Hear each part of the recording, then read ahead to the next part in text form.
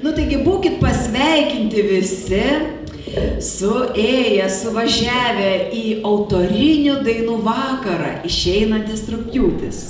Nu bet kaip tas laikas bėga. Ir viską ėda. Ne tas žodis kaip viską ėda. Ir man atrodo, žinokit, aš turiu įtarimą, kad tas laikas vasarą suėdė. Nu, nežinau, kur dinga birželis, kur liepa, kur rugpjūtis.